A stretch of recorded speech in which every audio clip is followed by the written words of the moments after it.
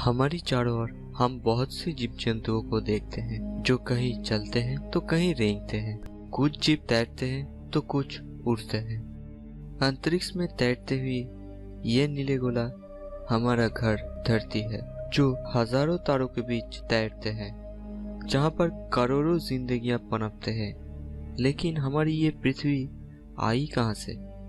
नमस्कार दोस्तों, मैं हूँ जीत और आपका फिर से स्वागत है अजीब दुनिया की एक और नई एपिसोड में। आज की इस एपिसोड में हम जानेंगे कि हमारी यह धरती का जन्म कैसे हुआ और इसमें जीवन धीरे धीरे कैसे विकसित हुआ।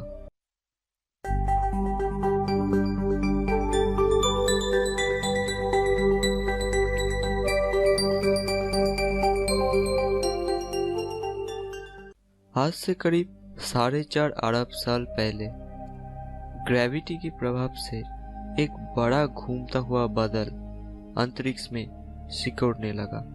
इसकी ग्रेविटी की वजह से आसपास की गैस केंद्र की ओर जमा होने लगे और तापमान धीरे धीरे बढ़ने लगा। एक दिन यहाँ पर बड़ा विस्फोट हो गया और जन्म हुआ सूरज का। सूरज के गुरुत्वाकर्षण की वजह से आसपास में मौजूद गैस, बादलों में मौजूद कण और अंतरिक्ष में घूमता हुआ चट्टान आपस में जुड़ने लगे। ऐसे ही समय बीतता गया और बहुत सी छोटे बड़े कण आपस में जुड़कर एक एक गोले का आकार धारण करने लगा और इस तरह जन्म हुआ हमारा सौरमंडल का। हमारी पृथ्वी भी इन्हीं ग्रहों में एक है।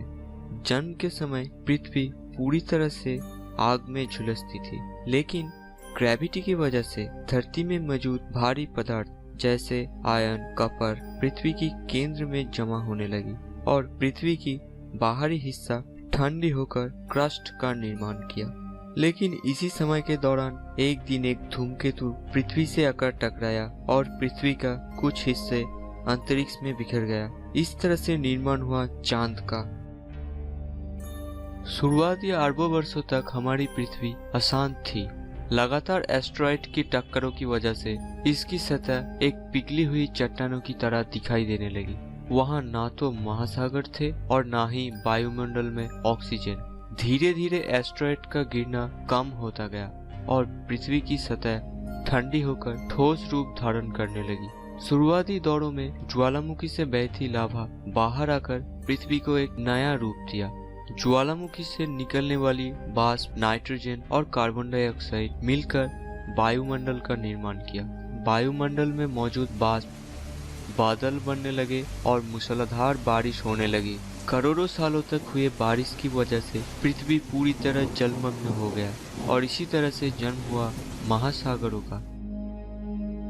करीब 4 अरब साल पहले महासागरों के अंदर जीवन का चहल पहल होना शुरू हो गया। पानी में मौजूद हाइड्रोजन, नाइट्रोजन, कार्बन मिलकर एमाइनो एसिड का निर्माण किया। करीब 3500 करोड़ साल पहले ब्लू ग्रीन शैवाल जैसे पौधे पानी के अंदर पनपने लगी।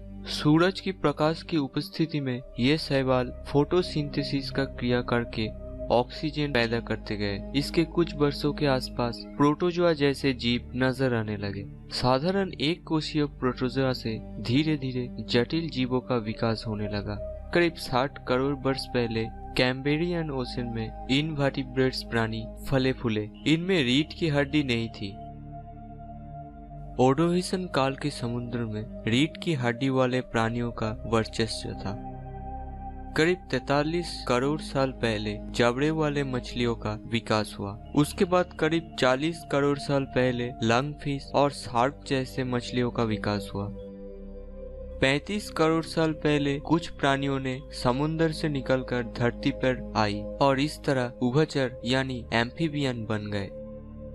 पर्मियन पीरियड में पहले सरीसृप यानी रेप्टिलिया का धरती पर आगमन हुआ। ट्रायसिक युग में प्रारंभिक डायनासोर आकार में छोटे और तेज थे। जुरासिक पीरियड में जमीन पर विशालकाय डायनासोर डिप्लोथेकस और ब्रैकियोसॉरस विचरण करते दिखाई दिए। करीब 14 करोड़ साल पहले 50 फीट पंख वाले टेराडॉन का विकास हुआ। ये उड़ने वाली पहली मांसाहारी प्राणी थी। क्रिटेशियस युग में पाए जाने वाले टी-रेक्स और ट्राइसेराटॉप्स को श्रेष्ठ सरीसृप कहा जाता था, लेकिन क्रीटेशियस युग के अंत में डायनासोर विलुप्त हो गया।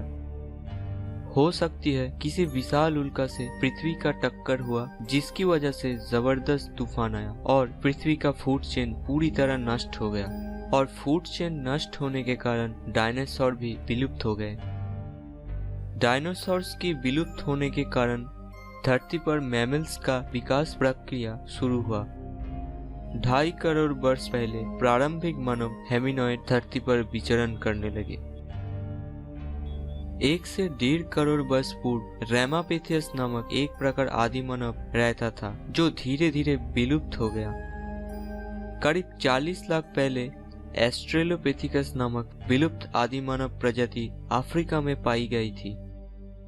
अपने हाथों से औजार बनाने वाले इंसान होमो हैबिल्स अफ्रीका में करीब 25 लाख साल पहले रहते थे।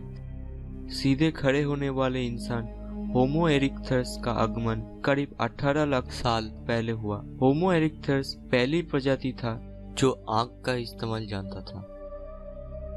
इसके बाद आधुनिक मानव यानी होमो सेपियंस का आगमन हुआ। सबूतों के हिसाब से आधुनिक मानव यानी होमो सेपियंस का उत्पत्ति अफ्रीका में 2 लाख साल पहले हुआ था। आज मानव धरती पर सभी जगह पर मौजूद है और मानवों का विज्ञान तकनीकी रूप से बहुत ही आगे बढ़ चुका है। तो दोस्तों, ये थी हमारी धरती का इतिहास। दोस्तों, अगर आपको यह वीडियो पसंद आए तो लाइक जरूर कीजिए, और अगर अभी तक आपने हमारे चैनल अजीब दुनिया को सब्सक्राइब नहीं किया तो जल्दी से सब्सक्राइब कर लीजिए, ताकि आने वाले वीडियो आप बिना रुकावट एंजॉय कर सके। आज की इस वीडियो में बस इतना ही। फिर से मिलते हैं एक नए एपिसोड के साथ। तब तक के लिए नमस्कार।